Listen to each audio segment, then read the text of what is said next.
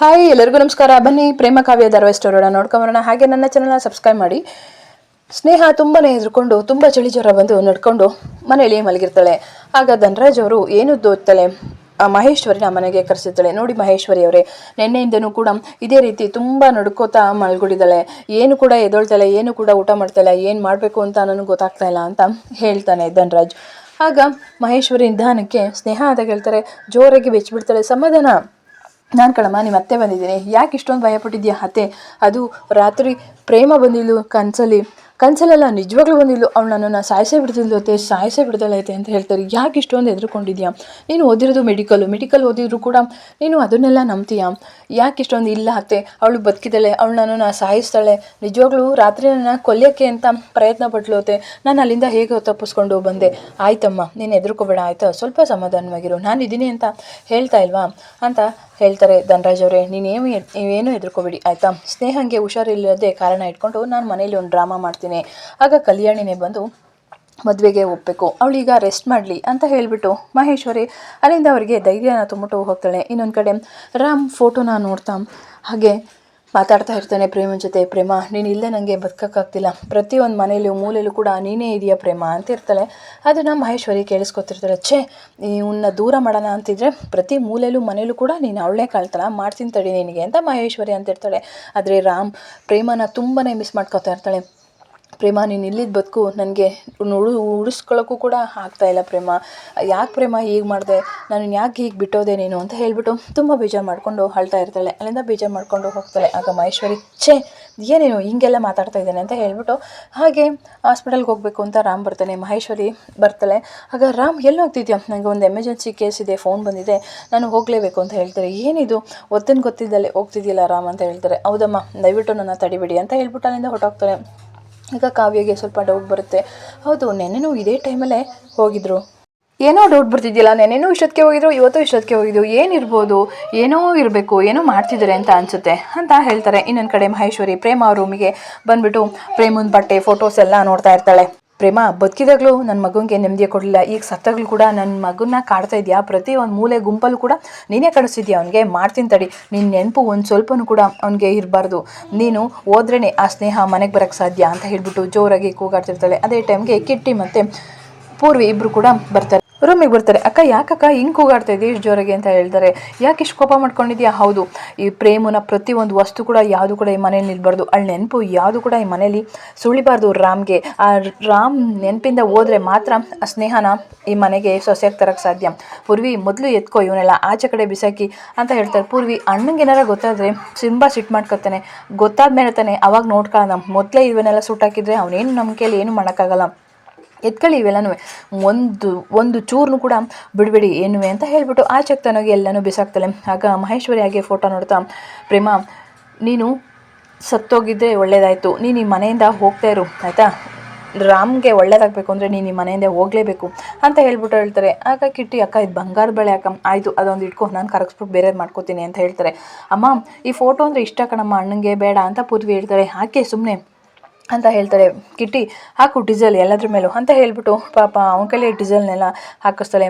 ಈ ಮನೆಯಿಂದ ಮನಸ್ಸಿಂದ ಎಲ್ಲರ ಮನಸ್ಸಿಂದಲೂ ಪ್ರೇಮ ಫುಲ್ಲು ಹೊರಟೋಗ್ಬೇಕು, ಅದಕ್ಕೋಸ್ಕರ ಅವಳಿಗೆ ಈ ಬೆಂಕಿ ಹಾಕಿ ಅವಳ ವಸ್ತುಗಳನ್ನೆಲ್ಲ ನೆಮ್ಮದಿ ಕೊಡ್ತಾ ಇದ್ದೀನಿ ಅಂತ ಹೇಳ್ಬಿಟ್ಟು ಬೆಂಕಿ ಕಟ್ಟಿ ಕಚ್ಬಿಟ್ಟು ಅದಕ್ಕೆ ಬೆಂಕಿ ಹಾಕೇ ಬಿಡ್ತಾಳೆ. ಬೆಂಕಿ ಹಾಕಿದ ತಕ್ಷಣ ಹಾಗೆ ಅವಳಿಗೆ ಒಂದು ಕಲ್ಲಲ್ಲಿ ಏನೋ ಯಾರೋ ಹೊಡೆದಂಗೆ, ಯಾರು ಯಾರು ಯಾರು ಅಂತ ಹೇಳ್ಬಿಟ್ಟು ಹಾಗೆ ಸುತ್ತ ಹುಡುಕ್ತಾ ಇರ್ತಾಳೆ. ನೋಡಿದರೆ ಯಾರೂ ಇಲ್ಲ, ಜೋರಾಗಿ ಗಾಳಿ ಬರೋಕ್ಕೆ ಅಂತ ಶುರು ಮಾಡ್ತಾ ಇರುತ್ತೆ. ಆಗ ಸ್ವಲ್ಪ ಭಯ ಪಡ್ತಾಳೆ ಮಹೇಶ್ವರಿ, ಏನಾದರೂ ಇರ್ಬೋದಾ, ಯಾರು ಹೊಡೆದಿದ್ರು ಅಂತ ಹೇಳ್ಬಿಟ್ಟು. ಹಾಗೆ ಇನ್ನೊಂದು ಕಡೆ ಖುಷಿ ಅವಳ ಬಟ್ಟೆನೆಲ್ಲ ಸುಟ್ಟಾಕ್ತಿದ್ದೀನಿ ಅಂತ, ಅಮ್ಮ ಏನಾಯಿತು ಅಂತ ಹೇಳ್ತಾರೆ. ಅಯ್ಯೋ ಏನೂ ಇಲ್ಲ, ನೀವೆಲ್ಲರೂ ಕೂಡ ಉರಿಯೋ ತನಕ ಇಲ್ಲೇ ಇದ್ಬಿಟ್ಟು ಆಮೇಲೆ ಒಳಗಡೆ ಬನ್ನಿ ಅಂತ ಹೇಳ್ಬಿಟ್ಟು ಹೋಗ್ತಾಳೆ.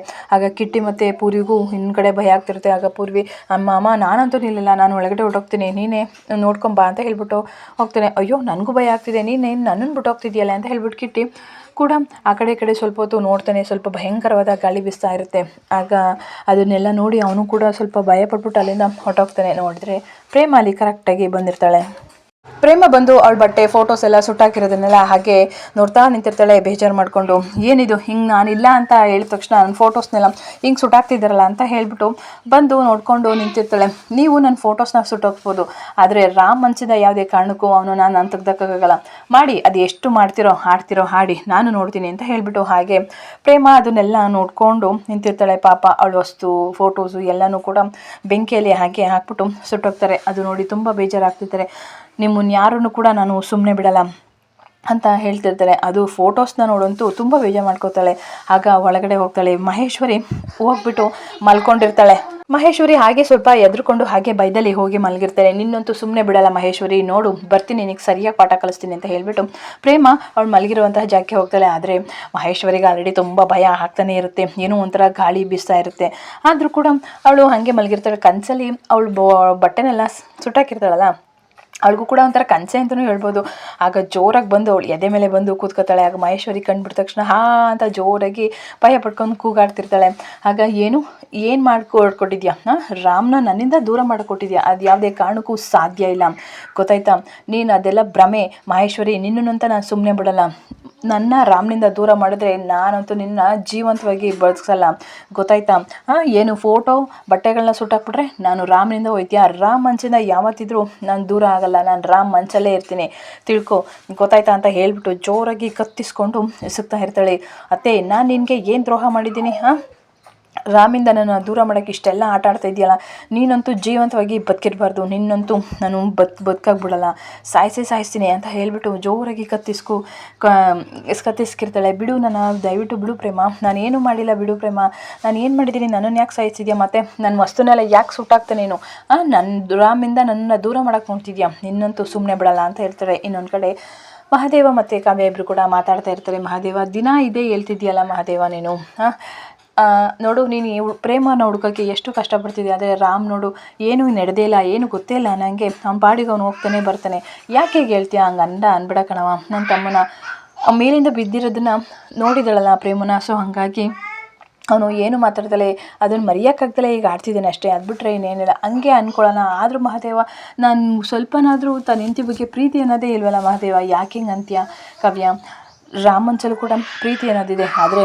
ಒಂದು ಮಾತ್ರ ತಿಳ್ಕೊ ಮಹಾದೇವ, ಏನಾದರೂ ನಿಜವಾಗ್ಲೂ ನಮ್ಮ ಅಕ್ಕ ಸತ್ತೋಗಿದ್ದಾಳೆ ಅಂತ ಗೊತ್ತಾದರೆ ನಾನಂತೂ ಸುಮ್ಮನೆ ಬಿಡಲ್ಲ, ಆ ಸ್ನೇಹನ ಈ ಮನೆಗೆ ಕರ್ಕೊಬರ್ಬೇಕು ಅಂತ ನೋಡ್ತಿದ್ದಾರೆ, ನಾನು ಅವಳ ಜಾಗಕ್ಕೆ ಬರೋಕ್ಕೆ ಯಾವುದೇ ಕಾರಣಕ್ಕೂ ಬಿಡಲ್ಲ ಅಂತಿರ್ತಾಳೆ. ಇನ್ನೊಂದು ಕಡೆ ಮಹೇಶ್ವರಿಯ ಪ್ರೇಮ ಕತ್ತಿಸ್ಕಿ ಜೋರಾಗಿ ಕೊತ್ತಾ ಇರ್ತಾಳೆ. ಸಾಯಿ ನೀನು ಸಾಯಿ ಅಂತ ಹೇಳ್ಬಿಟ್ಟು, ಆದರೆ ನೋಡಿದ್ದು ಯಾರೂ ಇರಲ್ಲ. ಅಯ್ಯೋ ನಾನು ಕಾಪಾಡಿ ಅಂತ ಹೇಳಿ ಜೋರಾಗಿ ಕಿರ್ತಾ ಇರ್ತಾಳೆ. ಸಾಯಿಸ್ತಾಳೆ ಅಂತ ಹೇಳ್ಬಿಟ್ಟು ಪೂರ್ವಿ ಕಿಟ್ಟಿ ಎಲ್ಲಿದ್ದೀರಾ ಬೇಗ ಬನ್ನಿ ಅಂತ ಹೇಳ್ಬಿಟ್ಟು ಜೋರಾಗಿ ಕೂಗಾಡ್ತಾಳೆ. ಇನ್ನೊಂದು ಕಡೆ ಹೌದು ಇದು ಯಾರದು ಮಹೇಶ್ವರಿಯ ಚಿಕ್ಕಮ್ಮಂದಲ ವಾಯ್ಸು, ನೋಡೋಣ ಏನಾಯಿತು ಅಂತ ಬರ್ತಾಳೆ. ಆಗ ಮಹೇಶ್ವರಿ ಜೋರಾಗಿ ಕೂಗಾಕೊಂಡು ನಾನು ಸಾಯಿಸ್ಬಿಡ್ತಾಳೆ ಅಂತ ಹೇಳ್ಬಿಟ್ಟು ಅಲ್ಲಿಂದ ಜೋರಾಗಿ ಹೊರಗಡೆ ಕೂಕೊಂಡು ಬರ್ತಾಳೆ ಹತ್ಕೊಂಡು.